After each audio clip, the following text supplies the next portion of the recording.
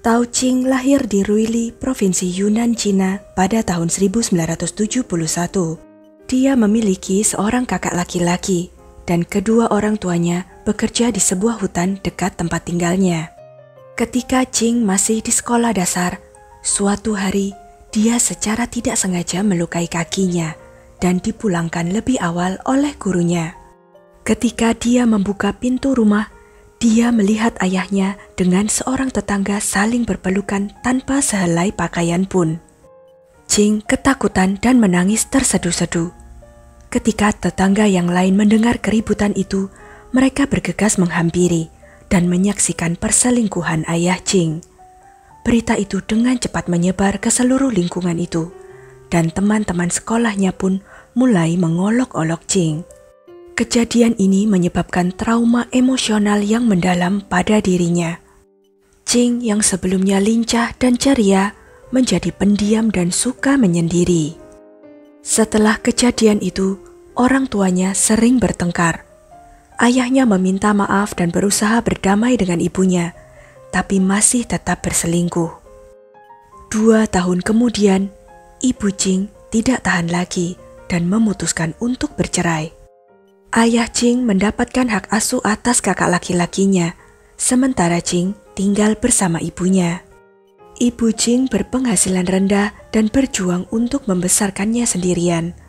Suatu ketika, saat sedang bekerja, ibu Ching mengalami cedera punggung yang serius dan tidak dapat melanjutkan bekerja.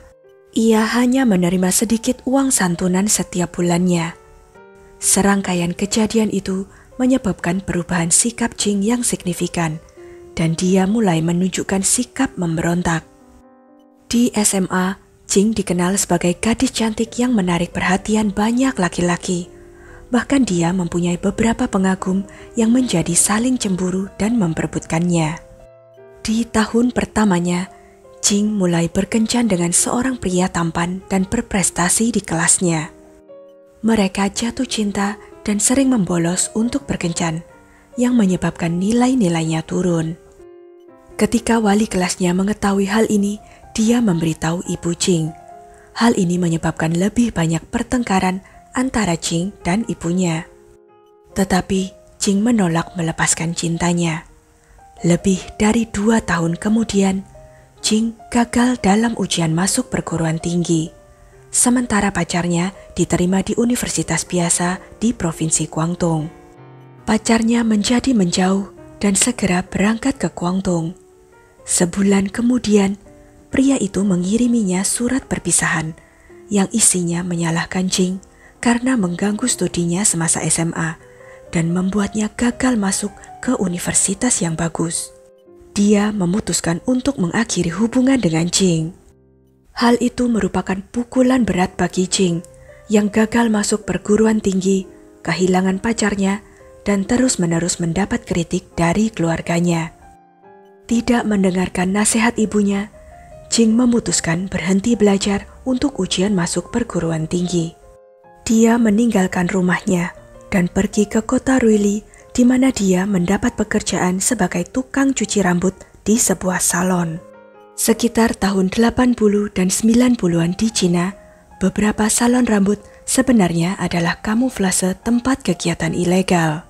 Pekerjaan sebagai gadis pencuci rambut, beberapa di antara mereka juga bekerja sebagai wanita tunasusila di belakang layar.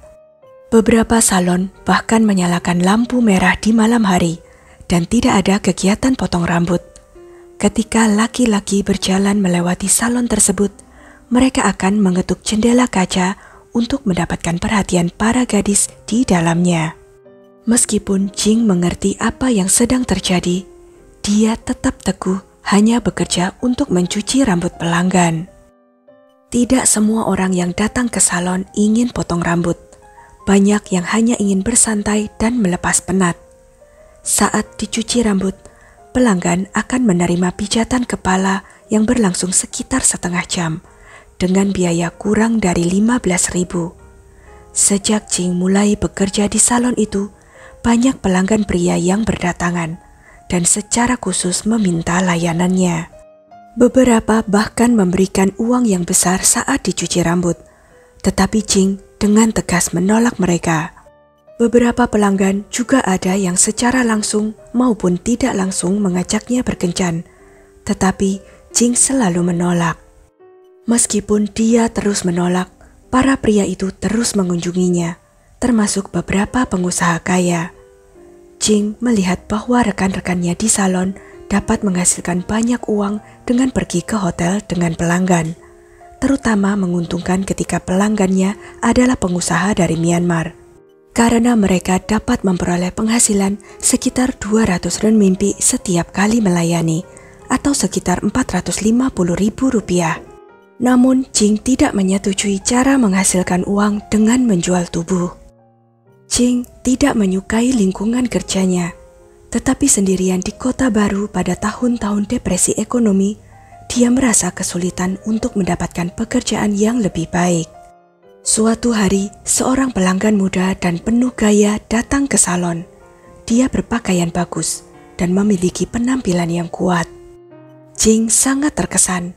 Dia selalu meminta Jing untuk mencuci rambutnya, dan mereka mengobrol sesekali. Pria itu berbicara dalam dialek Yunan yang unik dan memperkenalkan dirinya sebagai Yang Bo, seorang ekspatriat dari Myanmar. Dia mengaku bahwa dia mengunjungi Ruili selama beberapa bulan setiap tahun untuk urusan bisnis.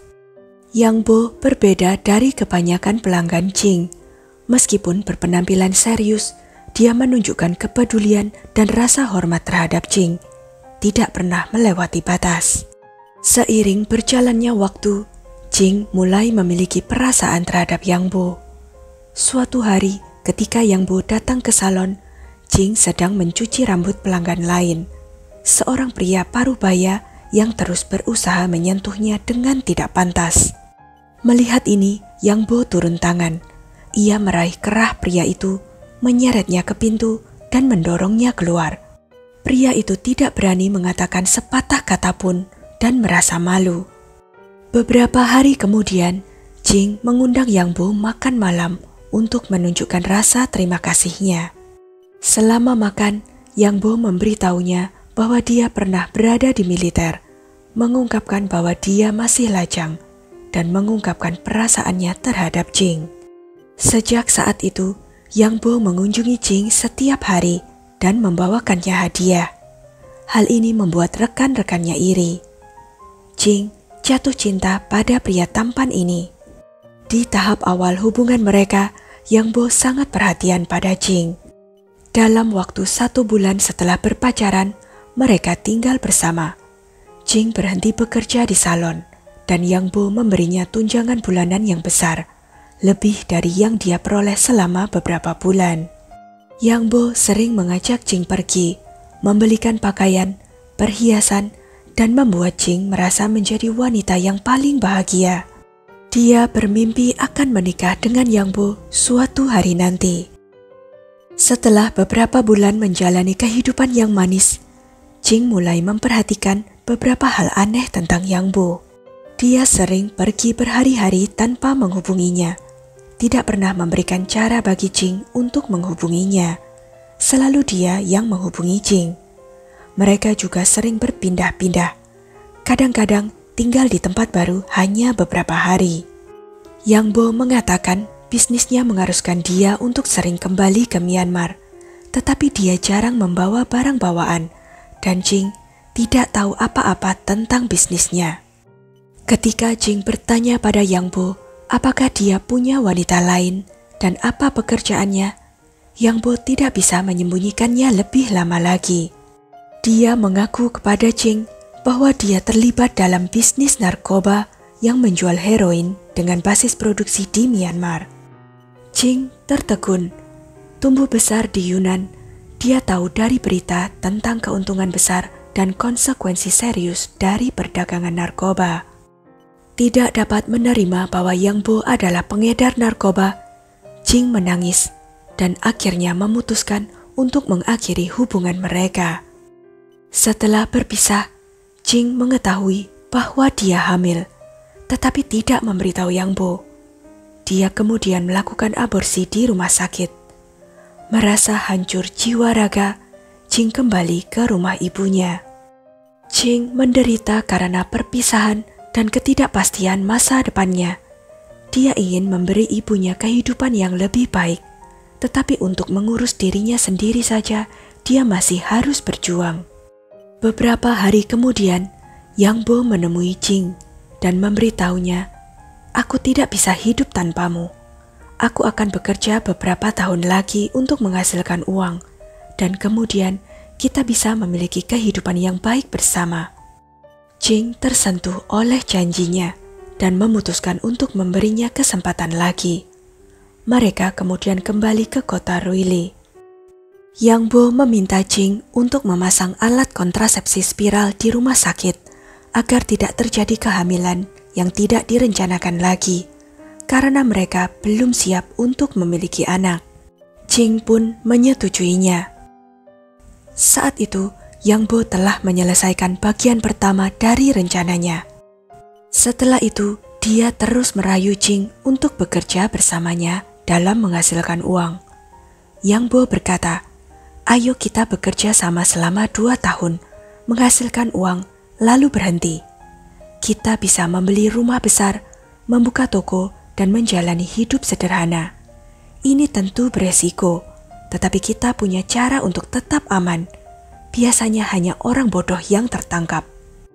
Pada awalnya Jing menentangnya, tapi dia mulai bimbang.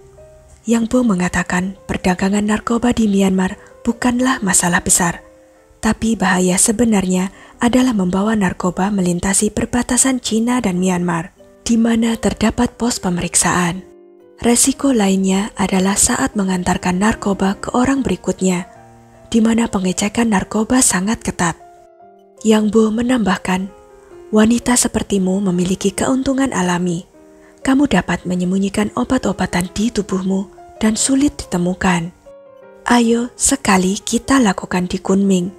Tidak akan ada masalah. Kontak saya di sana adalah seorang mitra yang dapat diandalkan selama bertahun-tahun."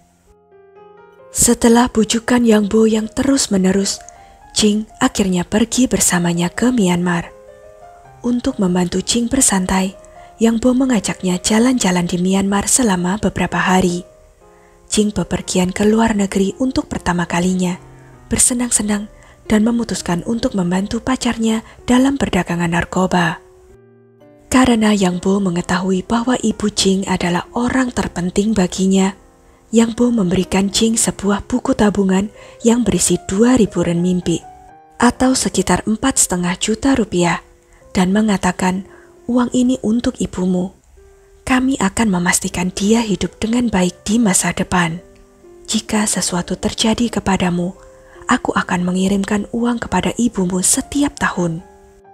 Beberapa hari kemudian, seorang wanita menyerahkan sebuah paket kepada Yang Bo. Yang Bo mengeluarkan sebagian kecil dari paket itu, membungkusnya, dan meminta Jing untuk menyembunyikannya di bagian pribadinya. Dia menyuruh Jing untuk tetap tenang ketika dia melewati pos pemeriksaan.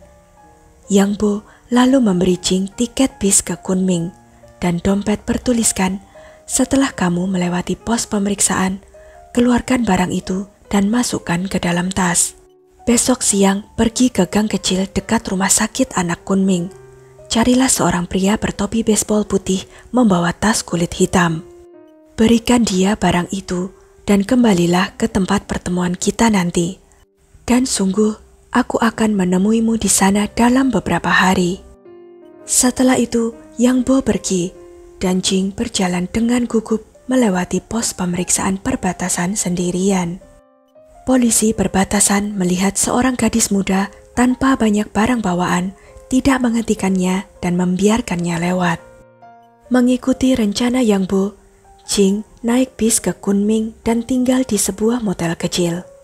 Keesokan harinya, tanggal 8 Oktober 1991, Jing tiba lebih awal di lokasi pengiriman, mengenakan gaun dan membawa tas tangan. Dia melihat sekeliling dengan cemas. Beberapa menit kemudian, seorang pria jangkung kurus membawa tas kulit hitam dan mengenakan topi baseball putih mendekatinya. Pria itu berjalan ke arah Jing dan bertanya, "Apakah kamu tahu Jing?" Jing mengangguk. dan pria itu bertanya, "Di mana barangnya?" Jing kemudian menyerahkan dompet itu kepadanya, yang dengan segera membuka resletingnya, memeriksanya, dan bahkan meremasnya beberapa kali. Jing yang khawatir berkata, "Tolong jangan membukanya di sini." Seketika, pria itu meraih lengan Jing dan dengan cepat memperlihatkan sepasang borgol. Dia kemudian menyeret Jing ke persimpangan gang dan mendorongnya ke dalam mobil van. Jing ketakutan. Dia tidak pernah membayangkan bahwa ketakutan terburuknya akan menjadi kenyataan dengan begitu cepat. Segera setelah itu, Jing dibawa ke Biro Pengawasan Narkoba Kunming. Di ruang interogasi, Jing dengan tenang menjawab pertanyaan. "Saya Tao Jing, berusia 20 tahun dari Ruili De Hong. Ini pertama kalinya saya berbuat." Polisi berkomentar, "Pertama kali, semua orang yang kami tangkap selalu mengklaim pertama kali berbuat. Kamu masih muda, kenapa ikut terlibat? Semua kontakmu di Kunming sudah tertangkap oleh polisi. Siapa pemasokmu? Siapa yang memberimu narkoba?" Jing tetap diam. Petugas menambahkan, "Kamu tertangkap dengan 200 gram narkoba. Tahukah kamu, kepemilikan 50 gram narkoba dapat membuatmu dihukum mati. Tentu saja jika kamu bersedia bekerja sama dengan kami, karena ini adalah pelanggaran pertamamu, kami dapat membantumu mengajukan keringanan hukuman dan menghindarkanmu dari hukuman mati." Namun Jing masih tidak mengatakan apapun. Setelah beberapa jam kebuntuan, Jing tetap menolak untuk mengungkapkan informasi apapun tentang Yang Po. Tidak peduli seberapa banyak polisi menanyainya dan mencoba membujuknya. Polisi tidak punya pilihan lain selain menahan Jing, dan karena keseriusan kasus ini, mereka juga membelenggu tangan dan kakinya.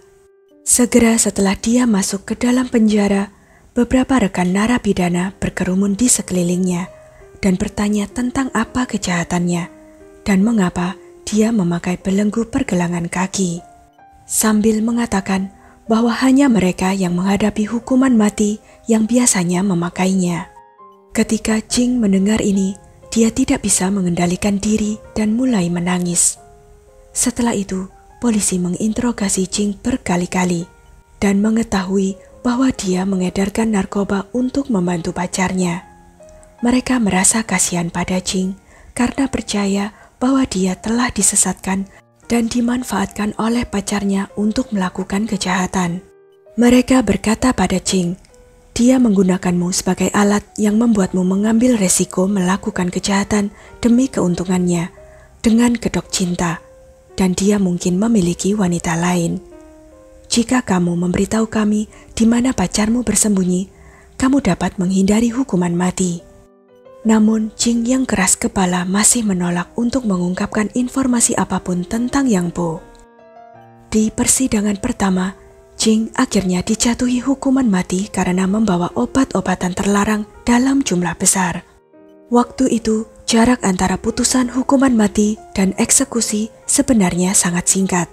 Seorang petugas polisi yang tidak ingin Jing kehilangan nyawanya karena hal ini mengingatkannya, "Selama bukan hari terakhir sebelum eksekusi, kamu masih punya kesempatan untuk berubah pikiran." Polisi itu juga menghubungi ibu Jing untuk mencoba membujuk Jing, tetapi Jing tetap tidak bergeming. Tak lama setelah itu, banding kedua menguatkan putusan awal, dan tanggal eksekusi ditetapkan pada 28 Oktober 1991. Sehari sebelum eksekusi, petugas polisi berbicara dengan Jing lagi dan berkata, "Tidak ada gunanya berdiam diri, kamu masih punya kesempatan untuk mengaku."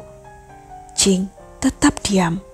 Jadi petugas bertanya, "Apakah kamu punya keinginan terakhir atau apapun yang ingin kamu sampaikan?" Jing mengatakan, "Aku punya 2 permintaan.